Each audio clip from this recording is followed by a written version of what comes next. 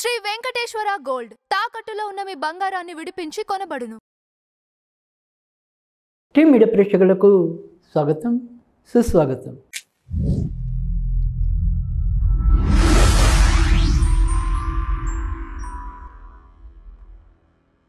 June 9వ తారీఖు నుంచి 15వ తారీఖు వరకు మిథున రాశి వారికి ఏ రకంగా ఉండబోతోంది, ఈ వారంలో వీరు ఎటువంటి జాగ్రత్తలు తీసుకోవాలి, ఏ ఏ రంగాలు అనుకూలకంగా ఉంటాయి మొదలైన విశేషాలన్నీ కూడా తెలుసుకుందాం. మిథున రాశి వారికి ఈ వారం అంతా కూడా ఎక్కువ శాతం ఆశావాహకంగాను ప్రోత్సాహవంతంగాను ఉంటుందని చెప్పడంలో సందేహం లేదు. ఖర్చులు అధికంగా ఉన్నప్పటికీ కూడా వాటి పరంగా అంటే ఆర్థిక పరంగా ఇబ్బందులు పడే అవకాశాలు పెద్దగా కనిపించడం లేదు. అవసరానికి ఏదో రకంగా ధనం లభించడం అనేది అయితే ఉంటుంది. విద్యార్థులు మిశ్రమ ఫలితాలు పొందటం అనేది, ముఖ్యంగా వీరి యొక్క బుద్ధి చాంచల్యం వల్ల ఎక్కువగా నష్టపోయేది కనిపిస్తుంది. కొత్తగా ఉద్యోగం కావాలి అనుకునే వారి ప్రయత్నాలు ముందుకెళ్తాయి. ఇక ఇప్పటికే ఉద్యోగంలో ఉన్నవారి మీద మాత్రం ఏదో రకమైన ఒత్తిడి పెరగటం అనేది, వీరికి రావాల్సినవి ఏమైనా సరే పొందవలసిన పదోన్నతులు కానీ పెరగవలసిన జీతభత్యాలు కానీ అలాంటి విషయంలో కొంత ప్రతిస్తంభన ఉండే పరిస్థితి అయితే కనుక గోచరిస్తుంది. ధార్మిక ఆధ్యాత్మిక కార్యక్రమాల్లో పాలు పంచుకుంటారు. మనసుని సాధ్యమైనంత వరకు కూడా ఉల్లాసంగా ఉత్సాహంగా ఉంచుకునేందుకు మీ వంతు కృషి మీరు చేస్తారు. ఈ వారం సాధ్యమైనంత వరకు కూడా మధ్యవర్తిత్వం అలాంటి విషయాలకి కొంత దూరంగా ఉండటం అనేది అవసరం.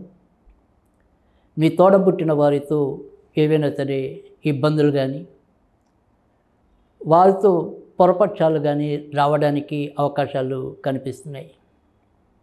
ఇక అలాగే తోడబుట్టిన వారి యొక్క ఆరోగ్య విషయంలో కూడా ఎంతో కొంత జాగ్రత్త అవసరమని చెప్పవలసి ఉంటుంది. కొత్తగా వివాహం కావాలి అనుకునే వారికి వారు ప్రయత్నాల్లో మరీ చెప్పుకోదగిన ఇబ్బందులు కనిపించడం లేదు.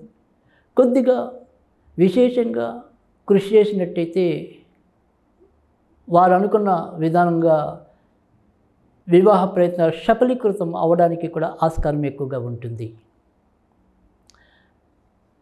కవులు, కళాకారులు, సినీ రంగానికి సంబంధించిన వాళ్ళు అవకాశాలు అందిపుచ్చుకోవటంలో కొంత తడబడటం అనేది కనిపిస్తుంది.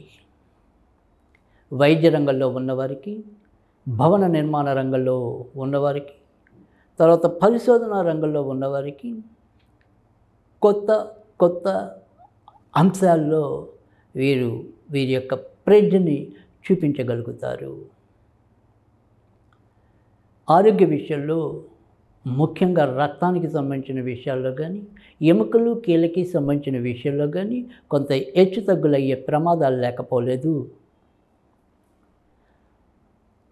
బోధనా రంగంలో ఉన్నవారికి మెరుగైన ఫలితాలు కనిపిస్తున్నాయి. విదేశాలకు వెళ్ళాలి అనుకుంటే కనుక చదువు రీత్యా కన్నా కూడా సంపాదన రీత్యా వెళ్ళాలి అనుకునే వారికి అయితే కనుక మరింత అనుకూలమైన ఫలితాలు ఉంటాయి.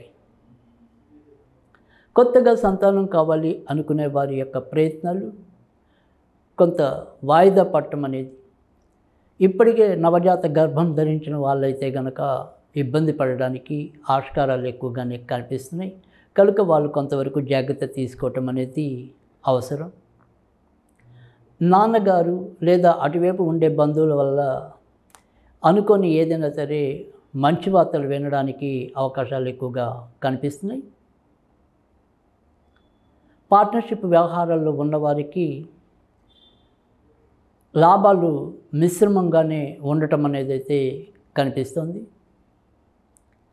షేర్ మార్కెట్లు స్పెక్యులేషన్స్లో ఉన్నవాళ్ళు కొంత మంచి ఫలితాలు పొందడానికైతే ఉంటుంది. ఇక ఈ వారం మృగశిర పునర్వసు నక్షత్రాల వారికి అయితే కనుక 10, 12, 14 తేదీలు అనుకూలకంగా ఉంటాయని చెప్పచ్చు. ఆరుద్ర నక్షత్రం వారికి అయితే కనుక 9, 11, 13, 14, 15 తేదీలు సానుకూలకంగా ఉంటాయని చెప్పచ్చు. ఇక ఈ వారం అంతా కూడా మిథున రాశి వారు ఎక్కువగా శివుడికి సంబంధించిన ఆరాధన కానీ, ఆంజనేయ స్వామికి సంబంధించిన ఆరాధన కానీ చేసుకున్నట్టయితే కనుక వారి వారి యొక్క ప్రతికూల పరిస్థితుల్లో కొంత ఇబ్బంది లేకుండా ముందుకు రావడానికి ఆస్కారం ఎక్కువగా ఉంటుంది.